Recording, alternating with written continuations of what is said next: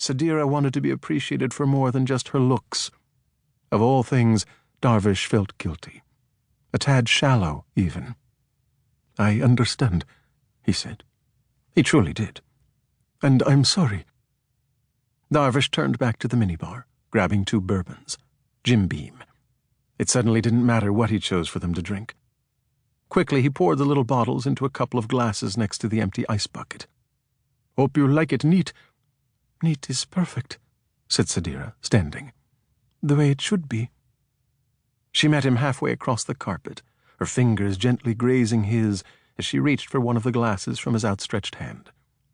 Again, Darvish smiled. How could he not? It was the way she was looking at him, the adulation in her eyes. She made him feel so alive, so powerful. Tonight, he was more than a professor at MIT. He was Superman. Invincible. "What should we drink to?" asked Darvish. Sadira didn't hesitate. It was meant to be. "To seeing each other for who we really are," she said. 2. Darvish watched as Sadira made quick work of her bourbon.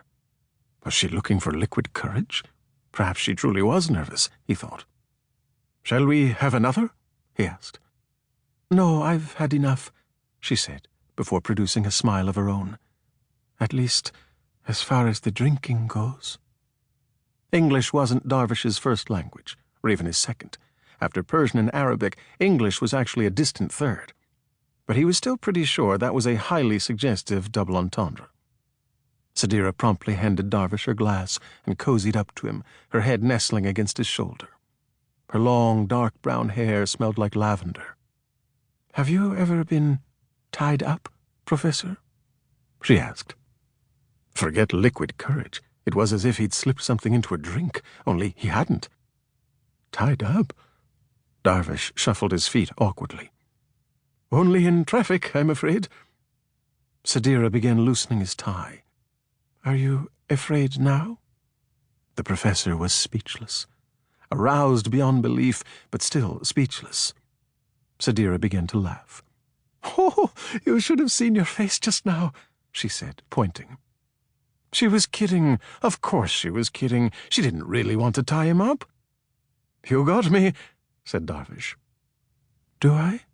Sadira brushed her full lips against his before whispering softly in his ear. "Trust me.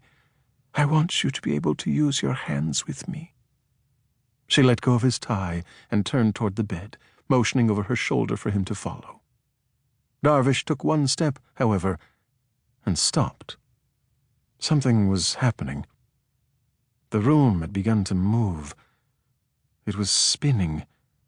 Slowly at first, and faster and faster. He tried to focus, but his vision had gone blurry, as if there were Vaseline smeared on his glasses. He could barely see Sadira or anything else. He felt dizzy, nauseated. His knees were beginning to wobble. "Something's wrong," he said. "No," said Sadira, reaching for her purse on the chair. She removed a pair of latex gloves, sliding them on. "Everything's going exactly as planned." The combination of drugs she'd slipped into Darvish's drink at the bar while he was in the bathroom was finally kicking in, with a vengeance.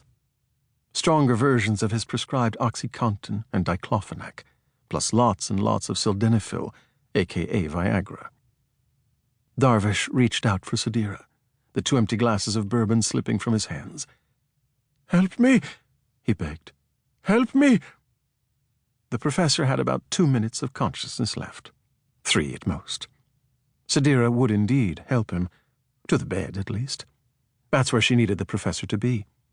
After pulling down the covers and messing up the sheets a bit, she helped him lie down. "Here," she said, propping up his head on the pillows. She wanted it to look as if he'd been watching TV. So far, so good, but still so much to do. Sadira thoroughly washed the glass she had drunk from, spick and span, before returning it to its place next to the ice bucket. Darvish's glass was then positioned on the bedside table next to him. Keeping the gloves on, she grabbed the remote and ordered a movie. The hotel offered a selection of 6 pornos. The choice for Professor Darvish was a no-brainer.